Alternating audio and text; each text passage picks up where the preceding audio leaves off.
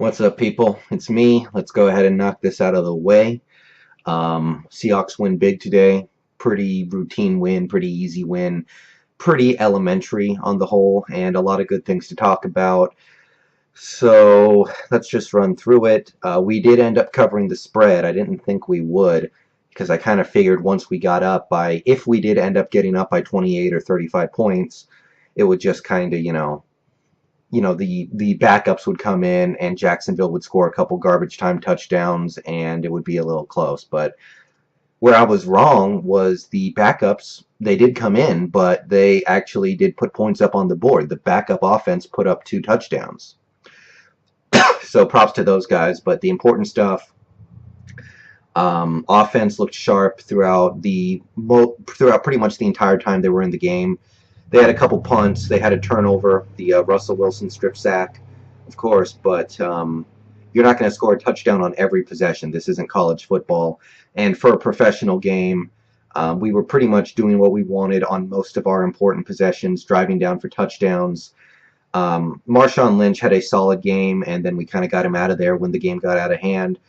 Obviously, he's somebody who we need cranking away at the end of the year, so anything that gets him a few less carries and saves him for the end of the year, I'm good with. One thing that I've seen from him so far this year that I like is it looks like he's past his fumbling problem. Last year, the second half of the season, starting with that Bears game, he had a fumbling problem. He fumbled twice in the playoffs, almost 3 times. Fumbled against the Rams in the last game of the season. He had a fumble against the Bears. So it looks like he's past that now. He's holding onto the ball in a way that makes me feel comfortable that he's not going to get it taken away from him. Not a hugely productive game for Lynch, but he was fine for what he needed to do while he was in the game. Sidney Rice, I love seeing him making big plays because you look at Sidney Rice and you know he's a big play or a clutch play waiting to happen. And some games he never gets on track, but today he did. He had a lot of big catches. He had 2 touchdowns, on one of which you saw him use the full extent of his extreme height to his advantage, hauling in that 1 touchdown in the end zone. Zach Miller, his first big game since he got back from the injury of the postseason last year. He was great today. He had a lot of big catches. He had the 2 end zone receptions, of course. Luke Wilson, backup tight end, he made some good plays out there. He looks like he's going to be a key part of this offense somewhere down the line. So offensively, the only bad things I can say are that, 1, the offensive line, not great on every play. Most of the plays, they're fine.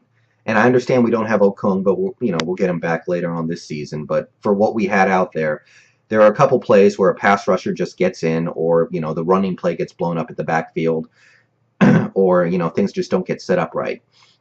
Most of the time, it's fine. Some of the time, there's something not quite going right there. So there's that.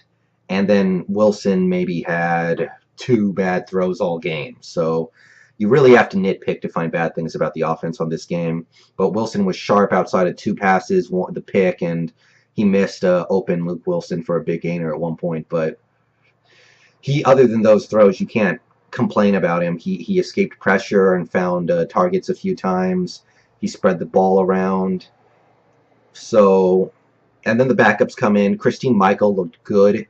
I like this kid. And I can call him kid because he's actually younger than me, which is still weird to me, but it happens all the time now. So I think I'm older than Andrew Luck, which is just like, I can barely comprehend that. But, I like the burst he has. I like the moves he has. And somewhere down the line, if we need fresh legs near the end of the season, then hopefully he's the guy we can depend on. Couple of injuries. Red Bryant and Jermaine Kearse got hurt in this game, but that looks like it's going to be pretty minor, so not a huge deal there. So yeah, at least offensively, you can't say anything bad. Tavares Jackson, very sharp game from him coming off the bench. And defensively, when the game was in question, when the game mattered, we were pretty much perfect. It wasn't until midway through the second quarter when Jacksonville shifted into a very easy, simple, short passes and easy runs offense that the Jaguars did anything.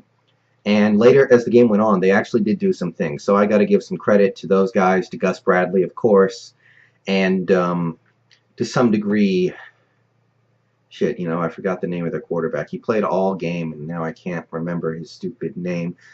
Chad Henne. Chad Henne. As the game went on, they settled into a safe, plain, vanilla offense that focused on getting the ball out quickly, and I thought they did a good job running that. But early on, when the game was in any kind of doubt, they couldn't get anything going. They couldn't run the ball. Offensive line was getting blown up. Couldn't pass the ball. Pass rush was on Chad Henne most of the game. And they couldn't do anything right until Seattle was up by 17, 24 points. And it was basically too late. But they did get it going. Cecil Shorts had a huge game. Maurice Jones-Drew had some positive plays. They had another running back, I think in Bowman or something like that. He had a good game in garbage time. But again, garbage time. It is. I'm fine with giving up the 2 late touchdowns. I know there's people were excited about shutting the Jaguars out or whatever, but that's not really something you're going to be able to depend on every game. At some point, a professional team will have opportunities to break through, and whether or not they do is up to them executing, not anything you do. And there were a few times where they got us, especially on those long throws at the end of the game to Cecil Shorts, who was being a man out there and catching them. So, yeah, great game. Kind of more energy than I expected after that huge Niners victory last week, but took care of Jacksonville. And right now, there's not too much to criticize. Penalties were cleaned up too. Special teams was solid. Almost had a blocked punt. So, kind of looking around now. Today was a great day to be a Seahawks fan. You had the Niners getting beaten down by Indianapolis. They couldn't stop the run. They couldn't pass the ball. You had the Cardinals getting beat down by the Saints, and you had the Rams getting annihilated by the Cowboys. That is a good weekend of football, and somebody's going to 1-3 in the division on Thursday night too in London, I think. So we'll see what happens.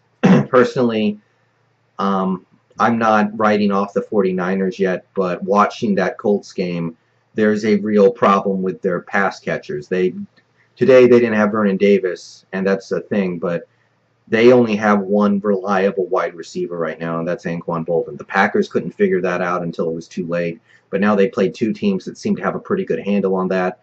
They can't pass the ball if they're not throwing it to Bolden, it seems like. So real problems down there, and we need to just keep on winning games. We have a tough game against Houston next week to take advantage of the Niners' problems, because they're going to get Mario Manningham back. They might get Crabtree back at the end of the year. They're going to get Vernon Davis back. They might even go after a guy like a Josh Gordon if he's still available via trade. So let's just enjoy the circumstances while they're here, because they're not going to be here forever. The Niners will get better in that area, and they'll bounce back.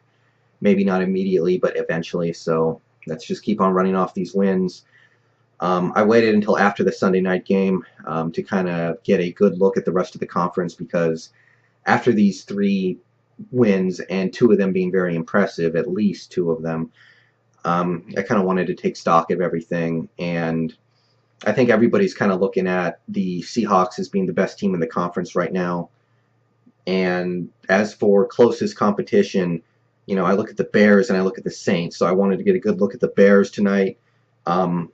They played a solid game against Pittsburgh, went into Pittsburgh and won. They didn't play a perfect game by any means, but that's a dangerous team. And I personally think the Saints, I could see a situation where we play the Saints in the conference championship, or I think the Saints are going to get to the conference championship game anyway.